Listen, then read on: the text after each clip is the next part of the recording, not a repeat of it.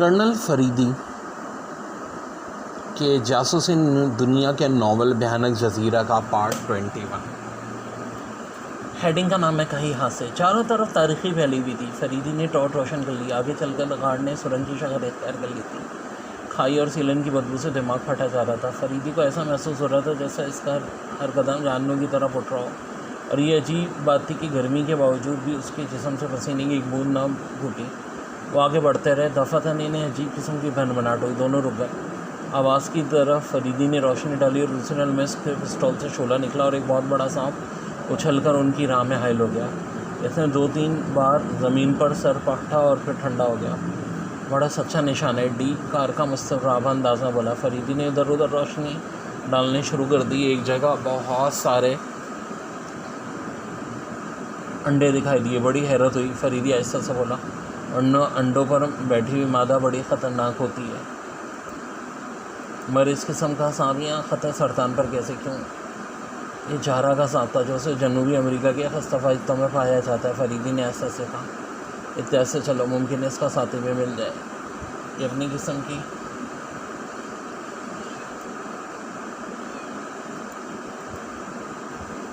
इंतहाई शरीर सांप होती है।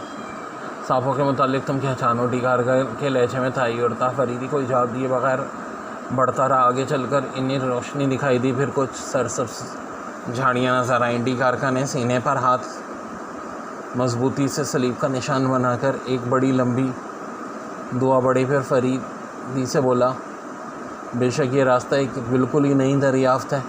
वो दोनों वापस लौटे। फरीदी ने मनवेराया को बताया कि एक नया रास्ता दरियाफ्त करने में सचमुच कामयाब हो गए। फिर ये बहस चढ़ गई है, इनकी रवानगी रात पर मुलतवी कर दी जाए या इसी वक्त चट्टाने पार की जाएं।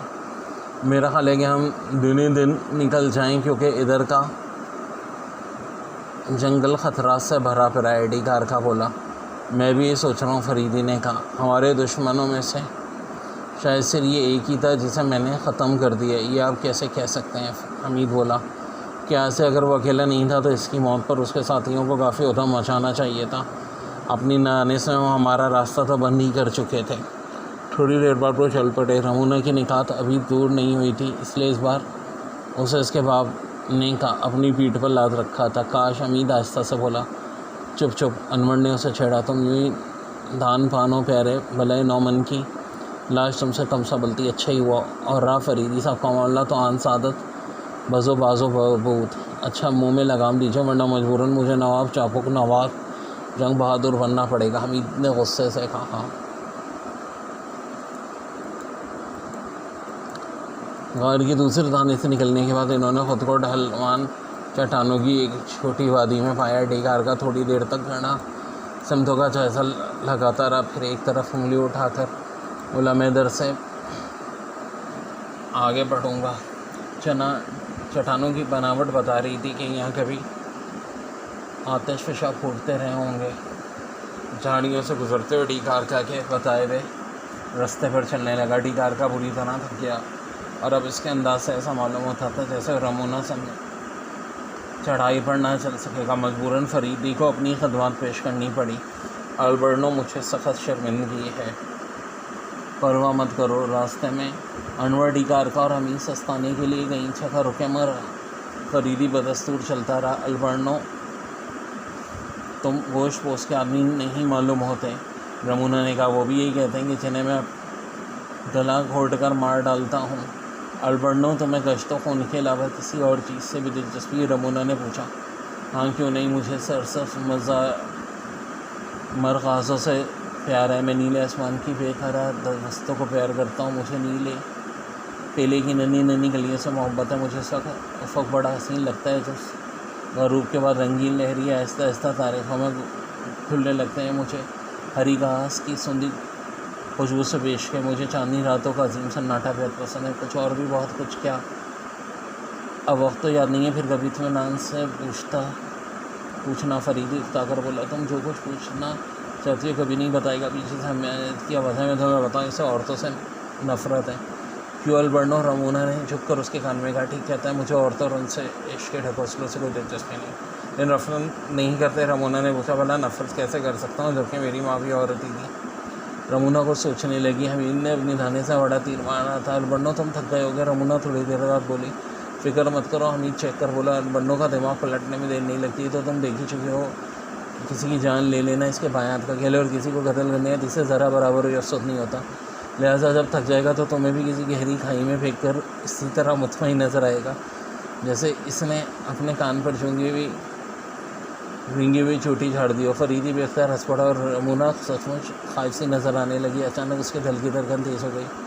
फरीदी इस तब्दीली को महसूस किए बगैर ना रह सका। उसे हमीदी की सरकत पे गुस्सा आ गया। ठहरो, हमीद की तरफ पलट कर बोला।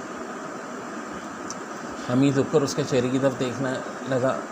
अब तुम लेके चलोगे रमूना को? फरीदी ने कहा। उसकी संजीदगी देखकर हमीद समझ गया। जी मैं। चलो उठाओ, फरीदी सख्त लहजे में बोला। उसने रमूना को नीचे उतार दिया। देखें मजाक की बात नहीं। हमीद भी घबरा कर उर्दू में बोला। मैं संजीदगी से कह रहा हूँ, फरीदी ने कहा और अपने होठ बेच लिए। ऊपर पहुँचने से पहले ही मर जाऊँगा। चलो। फरीदी मुख्तार था कर बोला। इन्ना लाह भर रहा चाहूँ। हमीद रमूना के आगे झुकता हुआ बोला। फरीद ने रमूना को इशारा किया कि वो चुपचाप उसकी पीठ पर चढ़ गई। हमीद सीधा होते हुए पूरी तरह टकमकाया। अब ये तुमसे बाकायदा मोहब्बत शुरू कर देगी। फरीदी ज़हरखंद लहजे में बोला। चलो चलो आगे बढ़ो, अगर तुम ज़रा भी रुके तो बड़ी शानदार ठोकर रसीद करूँगा। हर कदम पर हमीद की आंखों के सामने तारे नाचने लगे थे। रमूना काफ़ी तंदुरुस्त और दराज का तरीकी थी। रमूना भी महसूस कर रही थी कि हमीद ही ज़्यादा दूर तक नहीं चल सकता, लेकिन वो खामोश थी। ना जाने कि उस वक्त वो फरीदी से गुफ्तगू करने में खौफ महसूस करने लगी थी। मैं रमूना समेत किसी खाई में छलांग लगा दूँगा। हमीदी फरीद की तरफ मुड़कर हाँफता हुआ बोला। अच्छा खुदा हाफिज़, क़यामत के दिन मुलाकात होगी। फरीदी सलाम के लिए हाथ उठाता हुआ आगे बढ़ता गया। डी कारका और अनवर काफ़ी दूर थे। डी कारका की वजह से अनवर भी आहिस्ता आहिस्ता चल रहा था। फरीदी थोड़ी देर चलने के बाद मोड़ा। हमीद रमूना को उतार कर डी कारका वगैरह की तरफ लौट रहा था और रमूना गिरती पड़ती हुई आहिस्ता आहिस्ता आगे बढ़ेगी। फरीदी तेज़ी से उसकी तरफ लौट पड़ा। तो उसने तुम्हें उतार दिया? फरीदी ने कहा। मैं ठीक हूँ, रमीना ने ऐसा सिखाओ। फरीदी ज़मीन पर पड़ते बोला। नहीं नहीं। रमूना बेहतर रो पड़ी। बेवकूफ़ लड़की पकड़ी गई। फरीदी हंसकर बोला। मैंने उसकी कैंची की तरह चलने वाली ज़ुबान बंद करने की कोशिश की थी। रमूना बदस्तूर होती रही और फरीदी ने उसे पीठ पर उठा लिया। मेरे साथी पर पूरी तरह इश्क का भूख सवार रहता है। फरीदी हंसकर बोला। उसे उस वक्त मैंने उतार दिया। रमूना ने कोई जवाब नहीं दिया। वो किसी खौफज़दा और बेबस बच्ची की तरह सिसके ले रही थी। अलबन्नो बुरा आदमी ज़रूर है मगर दुश्मनों के लिए। फरीदी ने उसे फिर दिलासा दिया। चट्टानों की आखिरी सतह पर पहुंचकर फरीदी ने रमूना को एक डर के तने के सहारे बैठा दिया और खुद एक सिगार सुलगाकर डी कारका का इंतज़ार करने लगा। उसे देखकर हैरत हो रही थी कि चट्टानों की सतह बिल्कुल हमवार थी। हद नज़र तक घने जंगल फैले हुए थे। ऐसी चट्टानों पर घने जंगल की मौजूदगी मौजे से कम न थी। यहाँ से संबल के बेशुमार दरख्त दिखाई दिए जो बड़े बड़े सुर्ख फूलों से लदे हुए थे। तुम्हें भूख लग रही है? फरीदी ने रमूना से कहा। नहीं तो, रमूना आहिस्ते से बोली। आखिर तुम मुझसे क्यों खौफज़दा हो? फरीदी हंसकर बोला। मैं खौफज़दा तो नहीं हूँ। रमूना फीकी सी मुस्कुराहट के साथ बोली। मुझे इसका अफसोस है कि तुम दोनों में झगड़ा हो गया है। झगड़ा? फरीदी मुतैयर होकर बोला। इसके होठों पर मुस्कुराहट फैल गई। उसने दर की छड़ पर बैठते हुए कहा। मैं उसे छोटे भाई की तरह अजीज़ रखता हूँ। वो दिन भर में सैकड़ों बार मुझसे रूठता है और मनता है। फरीदी कुछ और बोलने ही चाह रहा था कि डी कारका रवि आ गए। हमीद की आंखें गुस्से से सुर्ख हो रही थी। मैं फरीदी की तरफ मुंह फेर लिया। मुझ में तो अब चलने की सिक्कत नहीं रही। डी कारका बैठता हुआ बोला। फिक्र मत करो, मेरा शादी तो मिले चलेगा। फरीदी ने हमीद की तरफ देखा। लानत है ऐसी ज़िंदगी पर, हमीद ने चिल्ला कर कहा और तेज़ी से एक तरफ बढ़ने लगा। फरीदी ने झपट कर उसे पकड़ लिया और दबोच कर उसका सर सहलाता आहिस्ता आहिस्ता कहने लगा। मेरे राज दुलारे बरखुरदार सलमे, तुम्हारी महबूबा दिलनाज के वाले साहब हैं। क्या बात है? डी कारका उनकी तरफ बढ़ता हुआ बोला। मैं औरत नहीं हूँ कि तुम्हारे पीठ पर रख कर चलूँगा। हम दोनों आपस में मजाक कर रहे हैं। फरीदी ने मुस्कुरा कर कहा और हमीदी को खींचता हुआ रमूना के पास लाया। फिर उसने फरीदी को इस तरह तंग करना शुरू कर दिया, हमीद को इस तरह तंग करना शुरू कर दिया कि बेअख्तर चीखने लगा। थोड़ी देर बाद रमूना मछली और गोश्त के डिब्बे खोल रही थी। मुख्तसर सा दस्तरखान बिछ गया। ये रात भी गुजारी जाए? डी कारका ने कहा। अब दरिंदे मालूम नहीं होता। और इन्होंने रमूनी को मार डाला तो अनवर ने कहा। ये तो जाहिर है कि डॉन मेंसेट यहाँ पहुँच गया है, वरना रास्ता बंद ना करते। यह रात को सफ़र करना इंतहाई ख़तरनाक है और जब हम न होंगे तो रमूली का क्या बनेगा?